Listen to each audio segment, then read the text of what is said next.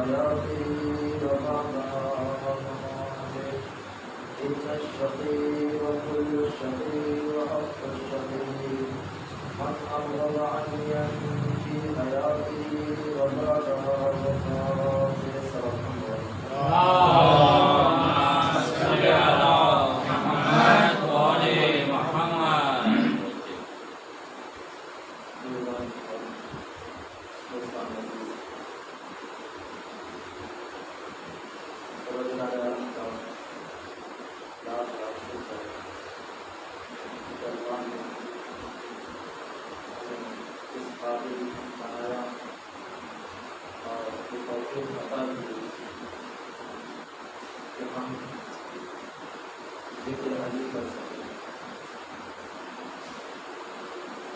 اور اسی کے ساتھ قابل ستائش واقعات کہ جو اس طرح کے پروگراموں کو برقرار کرتے ہیں اور اس کوشش میں لگے رہتے ہیں کہ جس کے ذریعے سے تعلیمات اسلامی نشر ہو اور لوگوں کا اسلام کے خود سبق کو بتایا جائے. پھر عام طور سے عام دنوں میں زیادہ بیان نہیں کیے جا سکتے. یہ ایک ہمارے لیے سعادت بھی ہے, کچھ نصیبی بھی ہے, اور اللہ نے ایک فرصت دی ہے تو اس کا استفادہ کیا جائے. جیسا کہ یہ سلسلہ درس الحمدللہ آغاز رمضان سے اب تک جاری ساری ہے اور انشاءاللہ اس کے بعد بھی چلتا رہے گا. میں نے اس حدیث کریمہ کو اسماء کلام قرار دیا. اس میں بنت رسول رحمۃ الزہرا سلام اللہ علیہا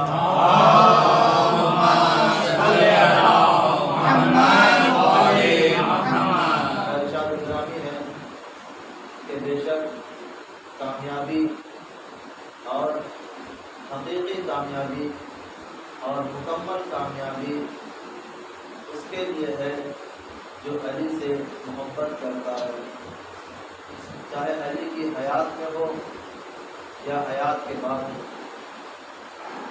اور بدبختی, بے شک بدبختی, یقینی بدبختی اور مکمل بدبختی اس کے لیے ہے کہ جو علی سے بغض رکھتا ہے. عزیزوں, اس سے پہلے بیان میں یہ بیان کیا گیا تھا کہ ہر انسان کامیابی چاہتا ہے, اور اگر کامیابی چاہتا ہے تو بہرحال اس کو اپنا نمونہ عمل بنائے گا, اسے اپنا نمونہ عمل قرار دے گا کہ جو کامیاب ہو. کوئی فیلئر کو اپنا نمونہ عمل نہیں بنائے گا, کوئی ہلاک ہونے والوں کو اپنا نمونہ عمل نہیں بنائے گا. یہ اور بات ہے, اس سے عبرت حاصل کر سکتا ہے لیکن اپنا نمونہ عمل نہیں بنا سکتا. نمونہ عمل اسے قرار دے گا کہ جو خود کامیاب ہو. اگر حیات طیبہ مولا کائنات کو دیکھا جائے تو ہمیں یہی نظر آتا ہے, آغاز زندگی سے انتہائی حیات تک مولا کائنات کی پوری زندگی کل انسانیت کے لیے نمونہ عمل ہے. علی کی ہر ادا انسان کی کامیابی کا ایک مرقع ہے کہ جسے انسان دیکھتا جائے اور اس پہ عمل کرتا جائے تو وہ کامیابی کی طرف بڑھتا جائے گا. جناب فاطمہ بنت اسد کعبے کے قریب آئیں, کعبے کا طواف کیا, اس کے بعد دعا کی, دیوار کعبہ شق ہوئی, جناب فاطمہ بنت اسد ناظر کعبہ ہو گئی. یہ کعبے کا طواف کرنا, دعا کا کرنا اس بات کی دلیل ہے کہ علی کی ابتدا ہی بتا رہی ہے کہ کتنا اللہ سے تعلق ہے, کتنا اللہ سے تعلق ہے.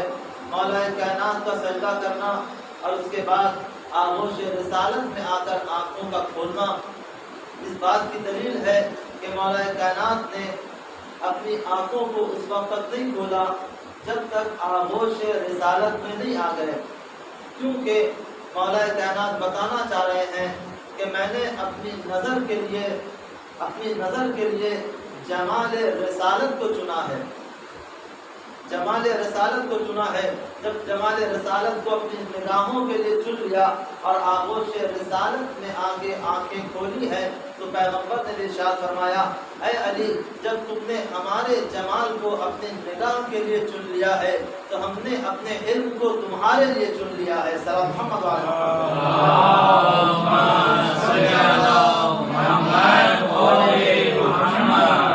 تو یہ حیات طیبہ علی ہے کہ جہاں پوری کی پوری کامیابی نظر آ رہی ہے۔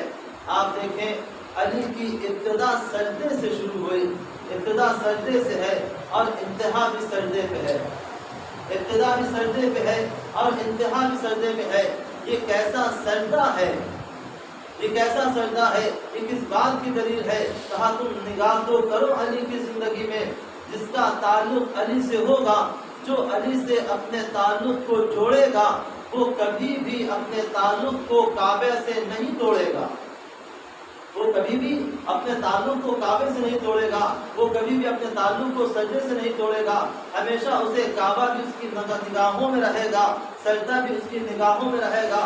اور ہم نے یہی دیکھا ہے کہ اہل بیت علیہ السلام کا جو تعلق نماز سے ہے، عبادت الہی سے ہے، سجدے سے ہے، وہ اس طریقے سے ہے، چاہے وہ کوفے کی مسجد ہو یا میدان کربلا ہو، چاہے وہ کوفے کی مسجد ہو یا میدان کربلا ہو، کوفے کی مسجد میں مولا کائنات سجدے میں ہے اور شمر اور ابن ملجم کی تلوار ہے، ابن ملجم کی ضربت ہے، امام حسین کربلا کے میدان میں سجدے میں ہے اور شمر کا خنجر ہے۔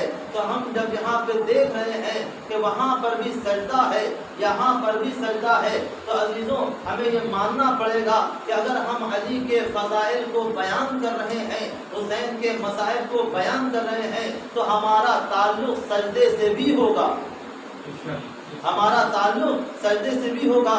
ایسا نہیں ہو سکتا کہ ہم فضائل علی بھی بیان کریں، مصائب حسین بھی بیان کریں اور نماز بھی نہ پڑھیں، ایسا نہیں ہو سکتا۔ اگر ایسا کیا جائے کہ انسان فضائل علی کو بھی بیان کر رہا ہو، مصائب حسین کو بھی بیان کر رہا ہو اور سجدے سے تعلق نہ ہو تو یقیناً یہ فضائل علی سے بھی غداری ہے اور سجدہ حسین سے بھی غداری ہے۔ سلام محمد علیہ محمد۔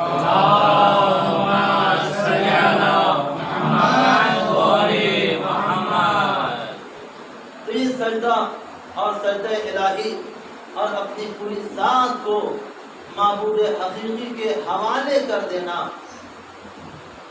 جیسا کہ آپ بھی تعقیبات نماز صبح میں پڑھتے ہیں، وفوض امری الی اللہ، کہ ہمارے سارے معاملات اللہ کے حوالے ہیں۔ صبح کی ابتدا ہو رہی ہے، تعقیبات نماز صبح میں یہی کہا جاتا ہے۔ تو مولا کائنات کی ذات انسان اور انسانیت کی کامیابی کے لیے ہے کہ جہاں انسان کامیابی چاہتا ہے تو اس ذات کو اپنانا پڑے گا، اور ان کی مدح سرائی، ان کی فضیلتیں اور ان کی ستائش سب نے کی ہے، صرف اپنوں نے نہیں کی بلکہ غیروں نے بھی مدح کی ہے اور بہترین انداز میں مدح سرائی کی ہے۔ آپ دیکھیں جب ہم دوسری طرف جاتے ہیں تو ہمیں پتہ چلتا ہے کہ آج سے 1100 سال پہلے نسائی نے کتاب لکھی جسے خصائص علی بن ابی طالب کہتے ہیں، جو شام کا رہنے والا تھا، ایسے حالات ایسے ماحول میں پڑھنے بڑھنے والا انسان مولا کائنات کے خصائص کو لکھ رہا ہے اور ان کی تعریف لکھ رہا ہے۔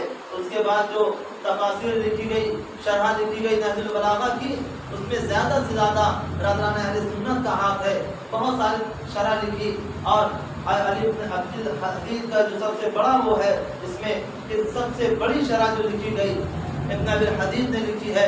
اس کے بعد اور آپ آگے جائیں، یہ مسلمان ہیں لیکن جب دوسرے مذاہب میں جاتے ہیں تو جارج جرداق کا نام آتا ہے کہ جس نے اپنی زندگی کو وقف کر دیا مولا کائنات کے فضائل لکھنے میں، مولا کائنات کے فضائل لکھنے میں اپنی زندگی کو وقف کر دیا۔ 30 سال تک وہ لکھتا رہا اور ایسے ایسے کلمات لکھے، ایسے ایسے جملات لکھے، اور اس کا آخری جملہ یہ تھا کہ جس نے نہج البلاغہ جس کی کتاب ہے، اس کے کلام ہے یہ، یا تو اس نے خود دنیا کو بنایا ہے یا اس کے سامنے دنیا بنی ہے۔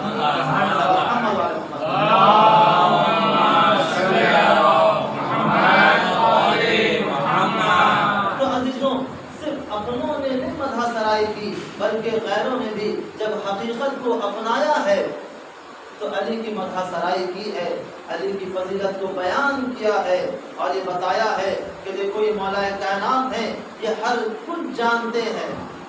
اگر تمہیں کچھ بھی معلوم کرنا ہے، چاہے علمی اعتبار سے ہو، چاہے فقہی علم کے اعتبار سے، فقہی اعتبار سے ہو، یا سیاسی اعتبار سے ہو، ہر اعتبار سے آج دنیا علی کے علم سے مستفید ہو رہی ہے، علی کے علم سے فائدہ اٹھا رہی ہے۔ ہم نے یہی دیکھا کہ جہاں پر مولا کائنات کی ذات ہے وہاں پہ کون سی چیز پائی جاتی ہے؟ کہا کہ سب سے اہم چیز جو علی کی حیات میں تھی وہ تھی علی کی عدالت، علی کی عدالت تھی، اور ایسی عدالت تھی کہ جہاں پر جب کسی ایک چور کو لایا گیا اور اس نے یہ اقرار کر لیا کہ ہاں میں نے چوری کی ہے، جب اقرار کر لیا تو مولا کائنات نے کیا کہا؟ اس کی انگلیاں کاٹ دی جائے۔ انگلیاں کاٹ دی گئی، وہ اپنی انگلیوں کو سنبھالے ہوئے، ہاتھوں میں اٹھائے ہوئے کوچوں میں گلیوں میں جا رہا ہے اور مولا کائنات کی ثنا کر رہا ہے، مولا کائنات کی فضیلتیں بیان کر رہا ہے۔ لوگوں نے دیکھا، دیکھو علی نے اس کی انگلیاں کاٹ دی لیکن یہ فضیلتیں مولا کائنات کر رہا ہے۔ لوگوں نے آگے خبر دی، مولا آپ نے اسے سزا دی ہے، آپ نے اس کی انگلیاں کاٹ دی لیکن وہ تو آپ کی تعریف کر رہا ہے، آپ کی فضیلت بیان کر رہا ہے۔ مولا نے کہا امام حسن سے، بیٹا جاؤ اپنے چچا کو لے کر آؤ، اپنے چچا کو لے کر آؤ۔ وہ جاتے ہیں، اس کے بعد اس کو لے کر آتے ہیں۔ جب لے کر آتے ہیں تو مولا نے کیا کیا؟ مولا نے اس کی انگلیوں کو پھر ویسے ہی واپس جوڑ دیا۔ مولا یہ بتا رہے ہیں کہ دیکھو انگلیوں کا کاٹنا یہ جرم کی سزا تھی، انگلیوں کا جوڑ دینا یہ محبت کی جزا ہے۔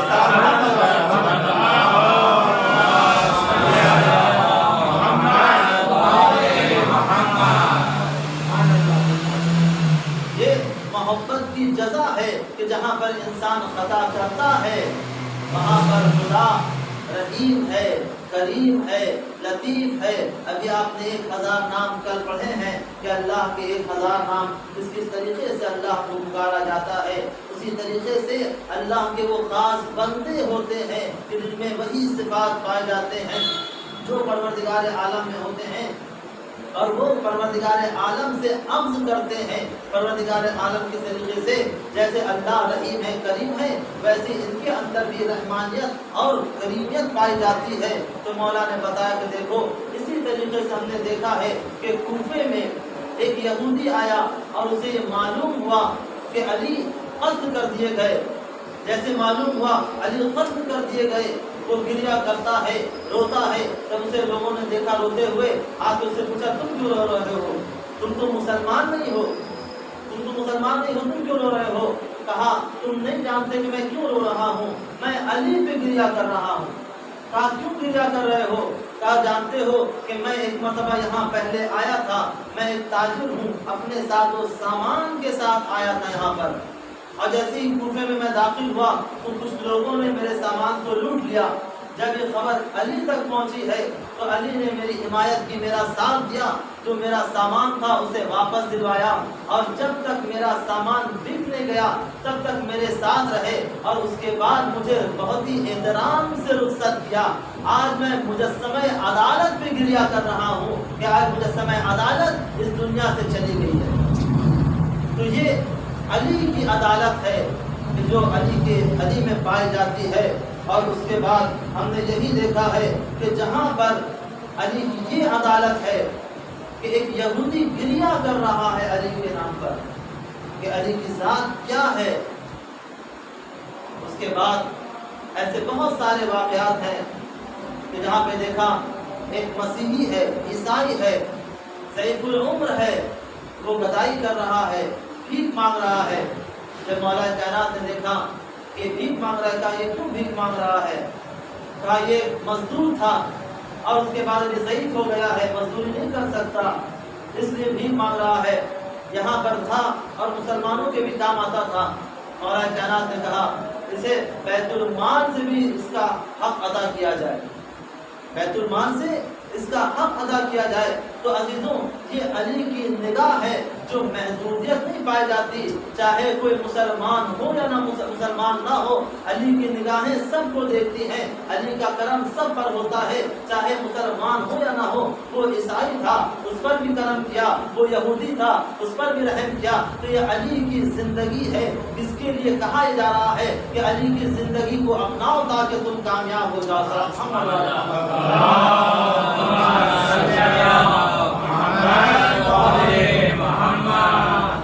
یہ مولا کی حیات طیبہ اور زہرا کی وہ حدیث کہ علی کی محبت انسان کو کامیاب کر دیتی ہے۔ اور یہ محبت کس طریقے سے آتی ہے؟ جب انسان کردار علی کی طرف متوجہ ہوتا ہے کہ علی کا کردار کیا ہے۔ آپ کو پتا ہے کہ جب مولا کائنات کے زمانے میں ایک شخص تھا جس نے مولا کائنات کی زرہ چرا لی تھی، زرہ چرا لی، اور زرہ چرانے کے بعد اس نے دعویٰ کیا میری زرہ ہے۔ جب قاضی کے پاس لے جایا گیا اور قاضی کے پاس مولا بھی ہے، وہ شخص بھی ہے، تو اس نے کہا میری زرہ ہے۔ قاضی کہتا ہے یا علی کیا آپ کا کوئی گواہ ہے؟ تو مولا نے کیا کہا نہیں، میرا کوئی گواہ نہیں ہے، میرا کوئی گواہ نہیں ہے۔ تو اس بنا پر قاضی نے اس کے نام پر فیصلہ کر دیا کہ ٹھیک ہے، جس کے ہاتھ میں، جس کے قبضے میں جو چیز ہے وہ دعویٰ کر رہا ہے، مد مقابل میں کوئی گواہی دینے والا نہیں ہے، تو بہرحال جس کے قبضے میں ہے وہ اس کی ہو گئی۔ جب اس کے یہ فیصلہ ہو گیا، اب جب باہر آتے ہیں مولا کائنات اور وہ زرہ اس نے چوری کی تھی وہ باہر آتا ہے، وہ کہتا ہے اے علی آپ کتنے کریم ہیں، آپ کتنے کریم ہیں، آپ جانتے ہیں کہ ذرا آپ کی ہے، میں جانتا ہوں ذرا آپ کی ہے، لیکن آپ نے وہاں پر کوئی ایسی بات نہیں کہی، آپ نے کہہ دیا کہ میرے پاس کوئی گواہ نہیں ہے، اور قاضی نے مان بھی لیا جب کوئی گواہ نہیں تھا تو میرے حق میں فیصلہ ہو گیا۔ یقیناً آپ اتنے کریم ہیں، آپ نے مجھ پر کوئی ظلم نہیں کیا، آپ نے مجھ پر کوئی سختی نہیں کی، اگر آپ چاہتے تو ذرا مجھ سے لے سکتے تھے، لیکن آپ نے کچھ ایسا کام نہیں کیا۔ تو بہرحال جب آپ نے ایسا کام نہیں کیا، میں نے آپ کی کریمیت کو دیکھا ہے کہ آپ کتنے کریم ہیں، یہ ذرا آپ کی ہے اور میں آج سے آپ کا غلام ہوں۔ محمد علیہ محمد۔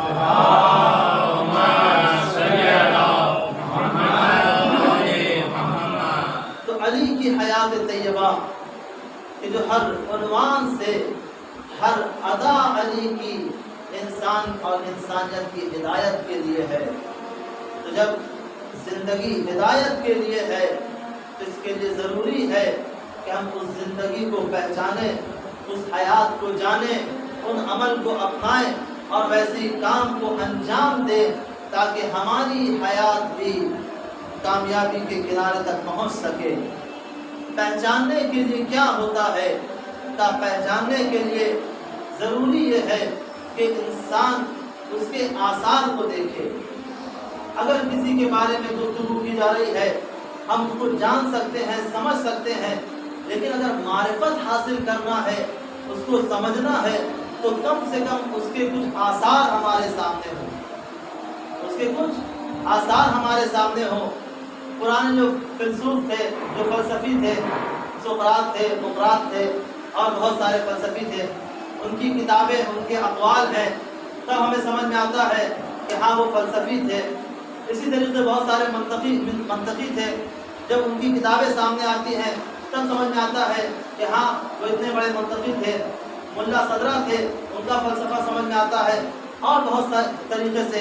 تو آثار کا ہونا، جس طریقے سے میر انیس ہیں، میر نبیل ہیں، ان کے آثار موجود ہیں، تب ہم سمجھتے ہیں کہ وہ کتنے عظیم شاعر تھے۔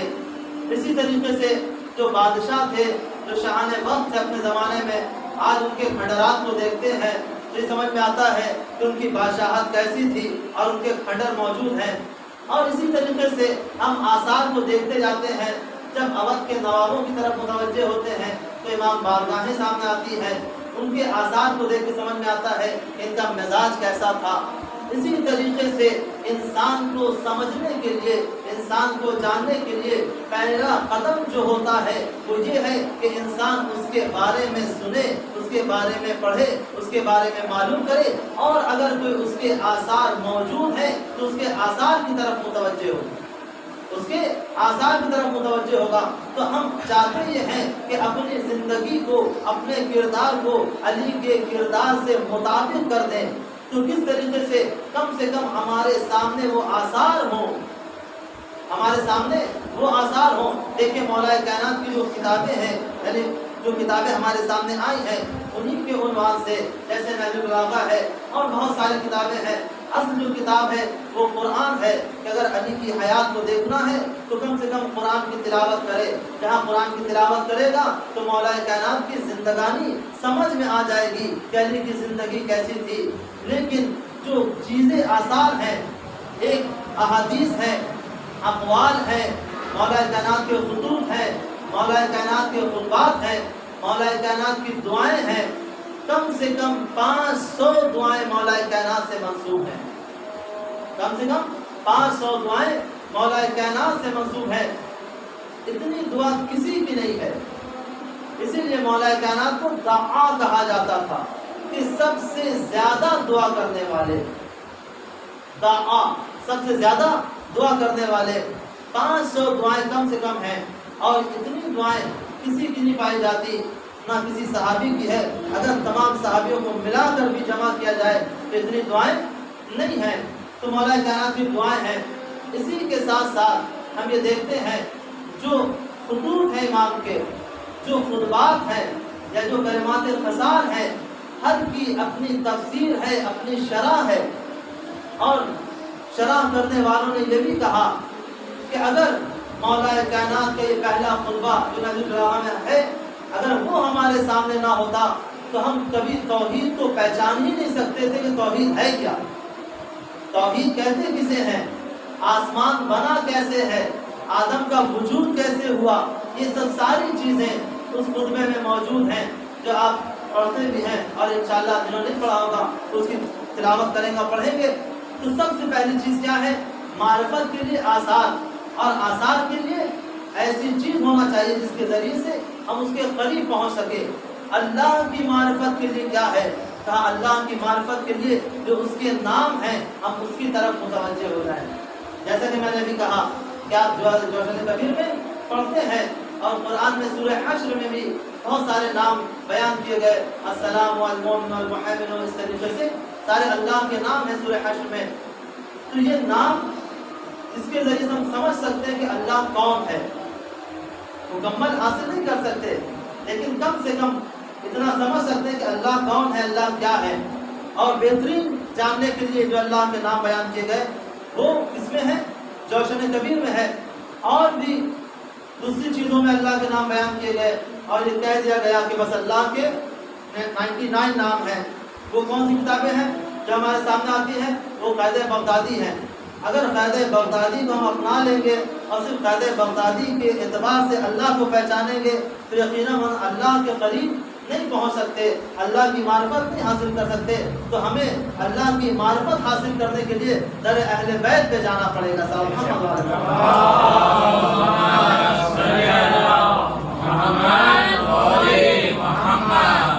تو علی علیہ السلام کی معرفت حاصل کرنے کے لیے ہمیں دیکھنا ہوگا کہ مولا کائنات نے کیا فرمایا ہے، اور اسے تمام شارح نے بہترین طریقے سے شرح کی ہے، مختلف انداز میں شرح کی ہے۔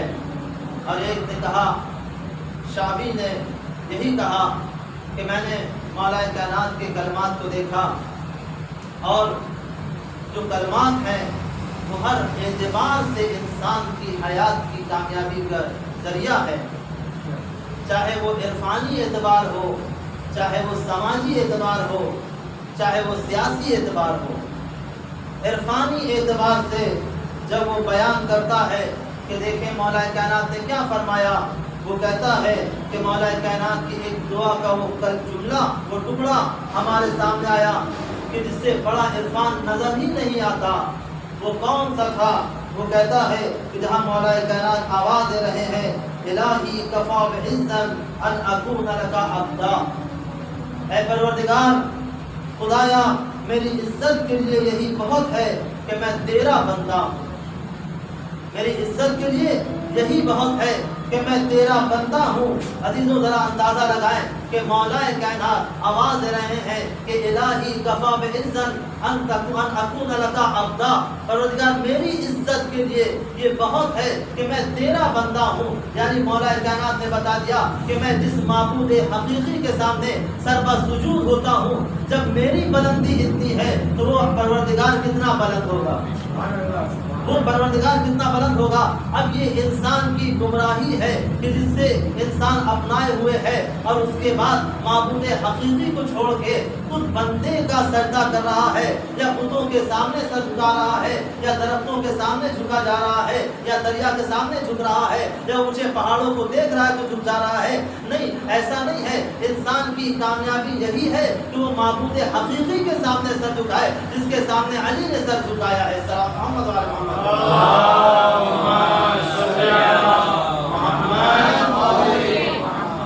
پھر اس کے بعد وہ کہتا ہے کہ مولا کائنات فرماتے ہیں وَكَفَى بِفَخْرًا أَن تَكُونَ لِي رَبًّا، پروردگار میرے لیے فخر کی بات ہے کہ تو میرا رب ہے، میرے لیے یہ فخر کی بات ہے کہ تو میرا رب ہے۔ یعنی اس کا مطلب یہ ہے کہ جس کے سامنے علی نے سر کو جھکایا ہے وہ باعث عزت ہے، اسی لیے علی نے سر جھکایا ہے۔ اگر وہ باعث عزت نہ ہوتا تو علی سر نہ جھکاتا۔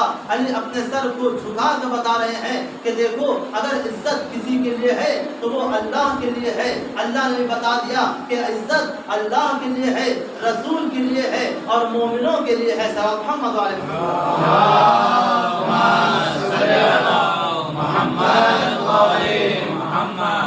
تو یہ علی کی معرفت کو اگر حاصل کرنا ہے، یہ عرفانی کلمات جو شامی نے بتایا کہ یہ عرفانی کلمات ہیں کہ جو علی نے بیان کیے ہیں۔ پھر وہ کہتا ہے کہ الہی انتا کما احب، کہ مولا کائنات فرما رہے ہیں کہ پروردگار تو ویسے ہی ہے جیسا میں چاہتا ہوں۔ اس کے کیا مطلب، اس کا کیا مطلب ہو سکتا ہے کہ الہی انتا کما احب، کہ پروردگار تو ویسا ہے جیسا میں چاہتا ہوں۔ کیا پروردگار ویسا ہو سکتا ہے کہ جیسا میں چاہتا ہوں؟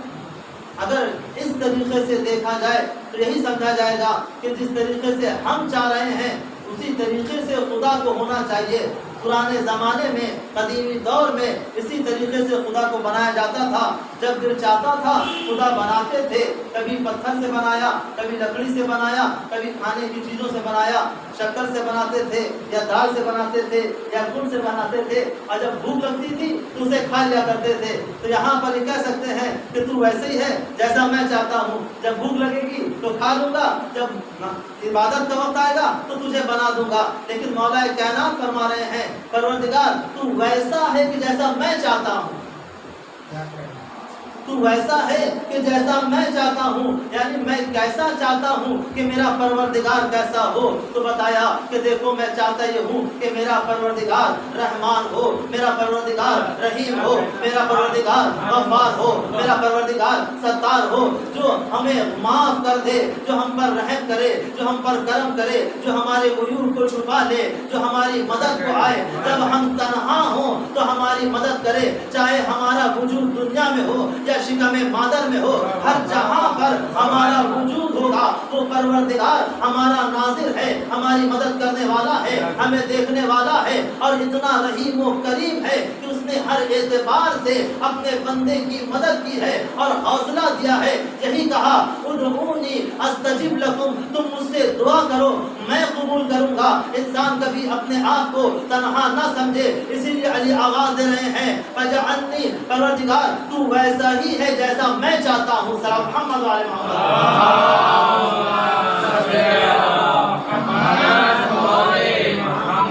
یہ علی کے عرفانی کلمات ہیں جو علی آواز دے رہے ہیں کہ پروردگار تو ویسا ہی ہے جیسا میں چاہتا ہوں۔ اس کے بعد مولا فرماتے ہیں فَجَعَلْنِي كَمَا تُحِبُّ، پروردگار تو مجھے ویسا بنا دے جیسا تو چاہتا ہے، تو مجھے ویسا بنا دے جیسا تو چاہتا ہے۔ تو عزیزوں، پروردگار اپنے بندے کو کیسا چاہتا ہے اگر ہم ذرا سا غور کریں تو قرآن ہمیں آواز دے رہا ہے کہ دیکھو اللہ تمہیں کیسا چاہتا ہے۔ ان اللہ یحب المتقین، اللہ متقیوں کو دوست رکھتا ہے۔ ان اللہ یحب المحسنین، پروردگار احسان کرنے والوں کو دوست رکھتا ہے۔ ان اللہ یحب التوابین، پروردگار توبہ کرنے والوں کو دوست رکھتا ہے۔ اور اسی طریقے سے جو مومنوں کی صفت بیان کی گئی ہے سورہ مومنون میں ہے، سورہ بقرہ میں ہے، یہ تمام کی تمام صفتیں جہاں پہ پروردگار عالم نے یہ بتایا ہے کہ کون بندہ ہمارا ہے کون ہمارا نہیں ہے۔ اللہ کسے دو سکتا ہے؟ متقیوں کو دو سکتا ہے۔ اللہ کسے دو سکتا ہے؟ احسان کرنے والوں کو دو سکتا ہے۔ اللہ کسے دو سکتا ہے؟ توبہ کرنے والوں کو دو سکتا ہے۔ جہاں علی آواز دے رہے ہیں فَجَعَلْنِي كَمَا تُحِبُّ، پروردگار مجھے ایسا بنا دے جیسا تو چاہتا ہے، مجھے ویسا بنا دے جیسا تو چاہتا ہے۔ یہ عرفانی کلمات ہیں انسان کی کامیابی کے لیے جو علی آواز دے رہے ہیں۔ اس کے بعد شامی نے کہا کہ جب میں نے مولا کائنات کے ان کلمات کو دیکھا تو یہ عرفانی کلمات تھے، یقیناً یہ شرح کی محتاج ہیں اور اسے شرح کرنا چاہیے۔ پھر اس کے بعد وہ کہتا ہے کہ جب میں نے کلمات حکمت کو دیکھا، حکیمانہ کلمات کیسے ہیں، تو اس نے کہا کہ میں نے دیکھا امام فرما رہے ہیں قیمت کل ابراہیم ما یحسنو، کہ ہر انسان کی قیمت وہ ہے کہ جب انسان کسی پر احسان کرتا ہے، جب انسان کے اندر کوئی خوبی پائی جاتی ہے اور جب وہ کسی پر احسان کرتا ہے تو ہر انسان قیمت اس کا احسان ہے۔ انسان کی قیمت کیا بتائی؟ تو اس کا احسان ہے اور اس کی خوبی ہے۔ تو جہاں پر انسان کے اندر خوبی پائی جائے گی اور وہ لوگوں پر احسان کرے گا تو یہاں پر یہ سمجھا جائے گا کہ انسان مکمل انسان ہے، بطور کامل انسان ہے۔ جب انسان کے اندر اچھائیاں پائی جائیں گی، احسان کرنا علی کو بہت عزیز ہے۔ مولا کائنات کوفے میں ہے اور مولا کائنات نے دیکھا کہ ایک خاتون، ایک عورت ایک گوشت کی دکان پر گئی، بہت ہی مفلس اور غریب عورت تھی، اس کے پاس اتنا پیسہ نہیں تھا کہ وہ اتنا گوشت لے سکتی کہ اپنے پورے خانوادے کو سیر کر سکے۔ اس نے مختصر سا پیسہ دیا دکاندار کو، مولا کائنات وہیں سے گزر رہے تھے، جب دیکھا یہ عورت پیسہ دے رہی ہے تو دکاندار کہہ رہا ہے کہ اتنے کم پیسے میں اتنا گوشت نہیں آ سکتا جتنا تم چاہتی ہو، جتنا تم چاہتی ہو اتنا گوشت میں نہیں دے سکتا۔ وہ اصرار کر رہی تھی، وہ انکار کر رہا تھا۔ مولا کائنات دکان پہ گئے اور جانے کے بعد اس سے کہتے ہیں کہ جتنا مانگ رہی ہے اسے دے دے۔ مولا نے کہا جتنا مانگ رہی ہے اسے دے دے، اس نے دے دیا۔ پھر مولا کو فرماتے ہیں کہ تیرا یہ عمل تیرے لیے باعث برکت ہے، تیرے لیے سبب برکت ہے۔ تو اس کے بعد کہتے ہیں مولا نے اس کی قیمت بھی ادا کی۔ یہ اچھے لوگوں کی پہچان ہوتی ہے کہ بعض افراد ایسے ہوتے ہیں کہ جو کچھ دکانوں میں کچھ پیسے رکھ دیتے ہیں کہ اگر کوئی ضرورت مند آئے یا اس کے پاس پیسہ کم ہو یا وہ اس مقدار میں نہ لے جا سکے تو تم ہمارے اس پیسے سے وہ تمام اشیاء کو، وہ تمام جنس کو، وہ تمام چیزوں کو اس کے حوالے کر دینا، اس کے حوالے کر دینا تاکہ وہ بھی سیر ہو سکے۔ اور جناب تہران میں ایک عارف تھے جن کو خیاط کہا جاتا ہے، خیاط یعنی درزی۔ انہوں نے یہی کہا کہ جب ایک شخص آیا ان کے پاس اور آ کے کہتا ہے کہ میرا بچہ بہت مریض ہے، بہت بیمار ہے، میں کیا کروں؟ تو فرماتے ہیں کہ تم ایسا کرو، ایک جانور ذبح کرو اور غذا آمادہ کرو اور شام کے وقت اس چوراہے پہ جاؤ جہاں پر مزدور رہتے ہیں، جہاں پر مزدور رہتے ہیں، وہ مزدور جو صبح سے شام تک اس انتظار میں رہتے ہیں کہ انہیں کوئی کام مل جائے، اور جب کوئی کام نہیں ملتا ہے تو مایوسی کے ساتھ وہاں بیٹھے ہوتے ہیں، تم ان کی دعوت کرو، انہیں بلاؤ اور اس کے بعد انہیں کھلاؤ، کھلانے کے بعد پھر تم دعا کرو اور ان سے کہو کہ وہ آمین کہیں، ان سے کہو کہ وہ آمین کہیں۔ عزیزوں، ان تمام چیزوں سے واقعہ سنانا اور واقعہ سننا کا مطلب یہ نہیں ہے کہ ہم سے واقعہ سنائیں اور واقعہ سنیں، بلکہ واقعہ سنانا اور سننے کا مقصد یہ ہوتا ہے کہ ہمارے اندر یا ہمارے درمیان میں جو کمیاں ہیں ہم اسے ختم کر سکیں، ہم اسے ختم کر سکیں۔ ہم دیکھیں، ہم بہت ساری دعوتیں کرتے ہیں، بہت ساری پارٹی ہوتی ہے، یہ ماہ رمضان میں بھی ہر جگہ پارٹی ہو رہی ہے، دعوت ہو رہی ہے۔ اکثر یہ دیکھا جاتا ہے انہیں افراد کو بلایا جاتا ہے کہ جو افراد سیر ہوتے ہیں، جن کا پیٹ بھرا ہوتا ہے، لیکن وہ افراد جو فاقہ کر رہے ہیں، کبھی ان کے پاس افطار کے لیے ہوتا ہے، کبھی سحر کے لیے نہیں ہوتا، کبھی سحر کے لیے ہوتا ہے تو افطار کے لیے نہیں ہوتا، تو ہماری بھی ذمہ داری یہ ہے کہ کم سے کم ہم اپنے اطراف میں، اپنے محلے میں، اپنے علاقے میں ایسے افراد کی تلاش کریں کہ جو غیرت کے مارے بولتے بھی نہیں ہیں اور اس کے بعد موجود بھی ہوتے ہیں، تو ایسی پارٹیوں سے دوری اختیار کیا جائے۔ نہیں، بلکہ دوری کا مطلب یہ نہیں ہے کہ دعوت نہ دی جائے، دعوت دی جائے، دعوت کی جائے، لیکن جو بدرجہ اول ہے اس کا، جس کا پہلے حق ہے، اسے ادا کر دیا جائے۔ صلی محمد علیہ محمد۔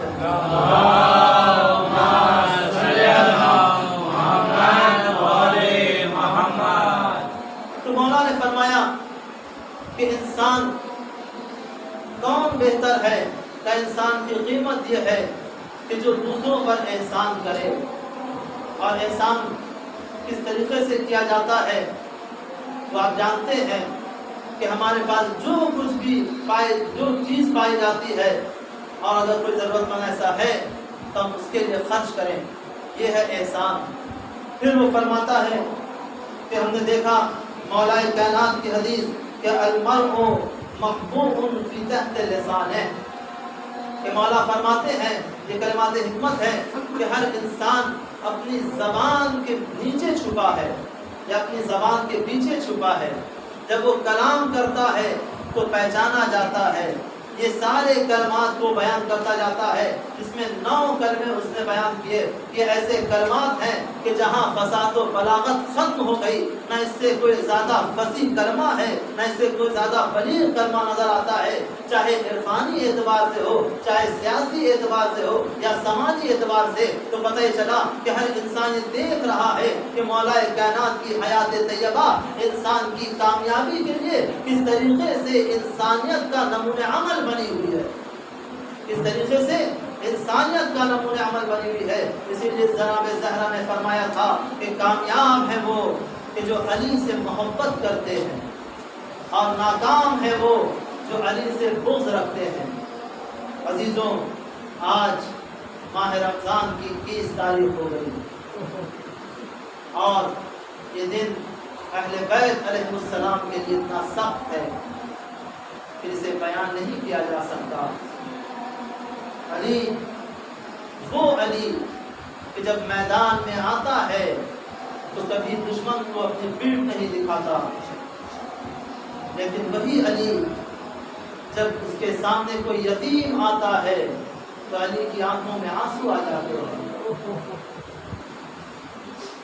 اور یتیموں کا سہارا علی، بیواؤں کا پناہ گاہ علی، لاچاروں کا مددگار علی، آج اس دنیا سے رخصت ہو گیا۔ ہاں عزیزانو، آج کا دن، آج کی صبح وہ صبح تھی کہ جہاں اہل بیت دریا گناہ ہے، اور صبح کے وقت جب مولا کائنات کی آنکھیں بند ہو رہی تھی اور کھل رہی تھی، علی بستر پر تڑپ رہے تھے، تو جناب زینب، ام کلثوم، حسنین، جناب عباس، محمد بن حنفیہ سب دیکھ رہے تھے کہ بابا کو کتنی پریشانی ہے، بابا کتنا اضطراب میں ہے۔ اللہ اکبر، ان بچوں نے کیسے دیکھا ہوگا؟ بچوں کے لیے بہت سخت ہوتا ہے کہ جب ماں باپ کو کوئی تکلیف ہوتی ہے، بالخصوص کہیں بیٹیاں اگر موجود ہوں، کیونکہ باپ کا جو بیٹی سے رشتہ ہوتا ہے وہ ایک حساس رشتہ ہوتا ہے۔ ہم نے دیکھا ہے کہ ہاں جہاں پہ زینب دیکھ رہی ہے میرا بابا تڑپ رہا ہے، اللہ اکبر۔ اس کے بعد ہم نے یہ بھی دیکھا کہ مولا کائنات ایک مرتبہ کہتے ہیں السلام علیکہ یا رسول اللہ، اے رسول اللہ آپ پر میرا سلام۔ ابھی جیسی سلام کہہ رہے تھے تو سمجھ گئے کہ مولا رسول کو دیکھ رہے ہیں۔ آزاداروں، مولا نے کہا مجھے اس جگہ پر لے جاؤ جہاں پہ میں نماز پڑھا کرتا تھا، مجھے میرے مصلی پر لے جاؤ، کیونکہ حالت انتظار میں یہ ایک مسئلہ ہے نا کہ جب حالت انتظار ہو تو انسان کو وہاں لے جانا چاہیے جہاں وہ عبادت کرتا ہے۔ مولا کائنات کو وہاں پر لایا گیا۔ اس کے بعد کچھ دیر گزری تھی کہ ایک مرتبہ مولا کی آنکھیں بند ہوئی، ادھر آنکھوں کا بند ہونا تھا کہ ایک مرتبہ حجرے میں کوہرام برپا ہو گیا، زینب کلثوم یتیم ہو گئی، حسنین یتیم ہو گئے۔ آزاداروں، مولا کو غسل دیا گیا۔ جب غسل دیا گیا تو دیکھا جسم پر کتنے زخم کے نشان ہیں، اور جب پشت کو دیکھا گیا تو پشت پر ایک نشان تھا۔ کہیں کیسا نشان ہے؟ کہا یہ وہ نشان ہے کہ جب علی رات کی تاریکی میں روٹیوں کی گولی اپنے پشت پہ لے کر یتیموں کے در پہ جاتے تھے اور اپنے ہاتھوں سے یتیموں کو لقمہ بنا کر کھلایا کرتے تھے۔ اللہ اللہ، آج وہ چلا گیا اس دنیا سے، کس طریقے سے یتیموں کا خیال رکھتا تھا۔ آزاداروں، غسل و کفن ہوا، لے کے چلے۔ مولا نے کہا تھا کہ دیکھو میری 3 قبریں بنانا، ایک گھر میں بنانا، ایک نجف میں بنانا اور ایک جگہ کی نشاندہی کی۔ کیوں کہا تھا؟ کیونکہ دشمن آمادہ تھے، اگر یہ دفن کر دیے گئے تو ہم ان کی لاش کے ساتھ بے حرمتی کریں گے۔ یہی وجہ ہے کہ چھٹے امام کے زمانے میں امام کی قبر کا پتہ چلا ہے، ہارون رشید کے زمانے میں امام کی قبر کا پتہ چلا ہے۔ اللہ اکبر۔ جب نجف پہنچے ہیں، وہاں پہنچنے کے بعد کیا دیکھا؟ وہاں قبر تیار ہے۔ کہتے ہیں اس قبر کو جناب نوح نے آمادہ کی تھی، قبر تیار ہے، قبر میں لٹایا گیا۔ اور اس کے بعد لٹانے کے بعد جب حسنین واپس پلٹے ہیں نا، جب حسنین واپس پلٹے ہیں تو ایک خرابے کی طرف سے گزر ہوا، ایک کھنڈر تھا جہاں سے گزر رہے تھے تو کسی کے کرانے کی آواز آ رہی تھی۔ کس کے کرانے کی آواز ہے؟ حسنین کیسے گزر سکتے ہیں کہ کسی کے کرانے کی آواز آئے اور حسنین ادھر متوجہ نہ ہو؟ کیونکہ ہم نے یہ علی میں دیکھا تھا کہ ایک مرتبہ علی تڑپ رہے تھے۔ زینب نے کہا تھا بابا آپ کیوں پریشان ہیں؟ کہا ہے زینب مجھے اتنے ملزم کے کرانے کی آواز آ رہی ہے، شاید اس کے ہاتھوں کو سختی سے باندھا گیا ہے۔ اے زینب حسن سے کہو اس کے ہاتھوں کو کھول دے۔ اللہ اکبر۔ ایسی حسنین جب اس خرابے سے گزر رہے ہیں تو کسی کے کرانے کی آواز آئی۔ حسنین نے دیکھا اس خرابے میں کون ہے؟ ایک ضعیف ہے جو کرا رہا ہے۔ حسنین قریب پہنچے، جیسے اس نے آہٹ سنی آنے کی تو کہتا ہے کہ تم ابھی تک کہاں تھے؟ اب تک کہاں تھے؟ تم کیوں نہیں آئے؟ حسنین کہتے ہیں کہ اے بھائی تم کون ہو؟ ہم نہیں جانتے تم کون ہو۔ کہتا ہے اچھا تم مجھے نہیں جانتے، تم حسنین کہتے ہیں کہ تم کس کے بارے میں گفتگو کر رہے ہو؟ کہا میرا ایک مددگار یہاں آتا تھا، مجھے اپنے ہاتھوں سے کھلاتا تھا۔ حسنین کہتے ہیں کہ اس کا نام کیا تھا؟ کہا میں نے جب بھی اس کا نام پوچھا اس نے اپنا نام نہیں بتایا، بس یہی کہا کہ غریب کے میدانے بیٹھا ہے، ایک محتاج ایک غریب کے سرہانے موجود ہے۔ اللہ اکبر۔ پھر وہ کہتا ہے کہ میں نے یہ خوشبو جو تمہارے اندر آ رہی ہے یہی خوشبو اس میں بھی پائی جاتی تھی، لیکن جب وہ آتا تھا نا اور مجھے کھانا کھلا دیتا تھا اور اس کے بعد بیٹھ کے تسبیح پڑھتا تھا، لیکن جب وہ تسبیح پڑھتا تھا تو ایسا محسوس ہوتا تھا کہ آسمان و زمین سے تسبیح کی آواز آ رہی ہے۔ پھر حسنین کہتے ہیں اے بھائی یہ تو بتا وہ کتنے دن سے نہیں آیا؟ آج 3 دن ہے وہ نہیں آیا۔ حسنین کہتے ہیں اے بھائی میں تجھے کیا بتاؤں، وہ میرا بابا علی تھا، جیسے مرتبہ کہتا ہے اے آقا مجھے سہارا دو، مجھے علی کی قبر تک لے چلو۔ کہتے ہیں یہ پہلا زائر بھی ہے، یہ پہلا مجاور بھی ہے جو علی کی قبر تک آیا۔ قبر پہ آنے کے بعد کہتا ہے پروردگار میرا علی اس دنیا سے چلا گیا، پروردگار مجھے بھی اس دنیا سے اٹھا لے۔ جیسے ہی دعا کیا قبر علی پہ گرا، اس کی بھی قبر علی کے جواب